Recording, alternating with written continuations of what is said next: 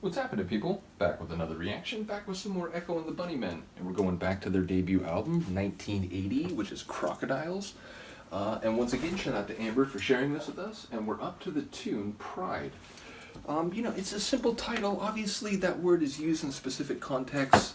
But yeah, without further elaboration or context, it's a bit tough to get a sense of where it's going. As a general concept, pride is taking great satisfaction and contentment in what one has accomplished or one's character or some aspect of something related to the person in question. Meaning, it's hard to have pride in things that are in no way related to you, right? Like you can have pride in your progeny. If you have a child who accomplishes something, you can certainly have pride in that. But something that is completely unrelated to you, you can't really have pride in that. You can have admiration of it. You can think that it's fantastic or, worthy of being heard by everyone. But at the same time, like pride only comes into it if there's some connection to you. Pride is necessarily traveling in this direction, even if it's in relation to something else, because it's in some sense the responsibility, the person in question feels responsible for whatever the thing, person, or event is. So again, it's an interesting concept, but there's so many different ways that it could go. It's hard to get a sense of what it'll be. So let's find out. This is Echo and the Bunnymen. The tune is Pride, and it's from the 1980 album Crocodiles.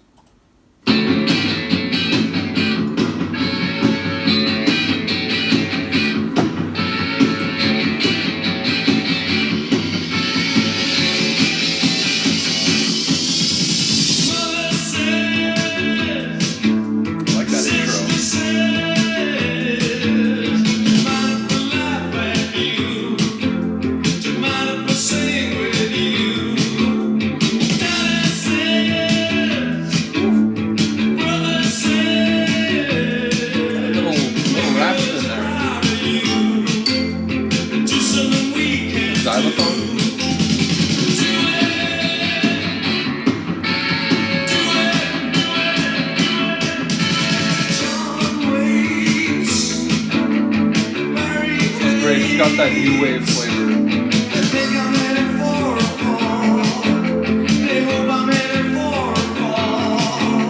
For a fall. So hubris, maybe? I think it's time to start stalling. We think it's time to start falling. I think it's time to stop stalling.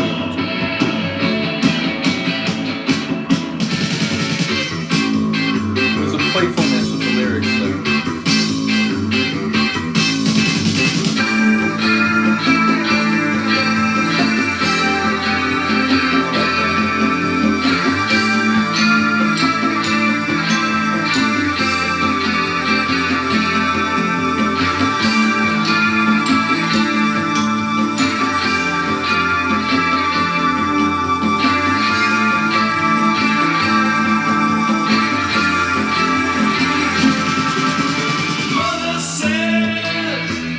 Sound good. They have that old school sound,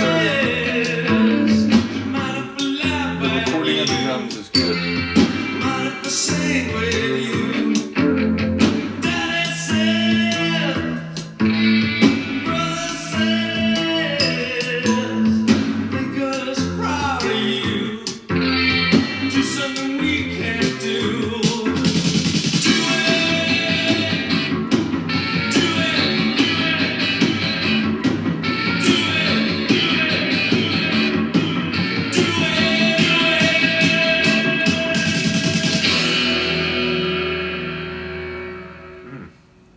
That's a tune. It had some new wave flavor, some post-punk vibes, especially given the way he was singing and some of the drum work, which, a bit more frenetic, a bit more energetic, including right up at the end. Not quite sure. At first I thought, okay, he's talking about a fall, so obviously hubris is famously associated with pride that is actually folly, pride that leads to one's downfall or suffering and disaster.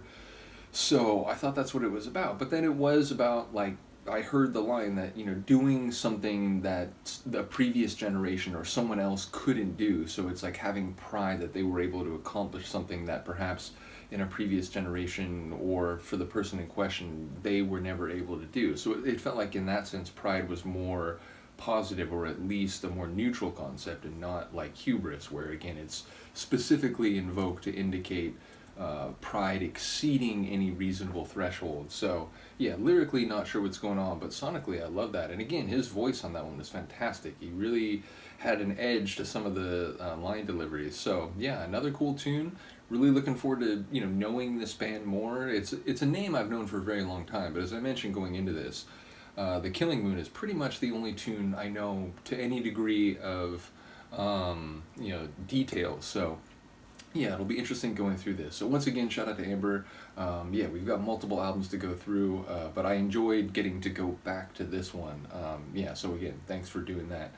And yeah, let's see what the next one will be, because I do have the Discogs page open. So the next time we'll be back for Monkeys, which is then followed by Crocodiles, which feels like a very nice succession. Perhaps given the animal-based nature of those titles, maybe I'll do a 2-for-1 next time. So yeah, do let me know what you think of this. I will see you next time. Peace.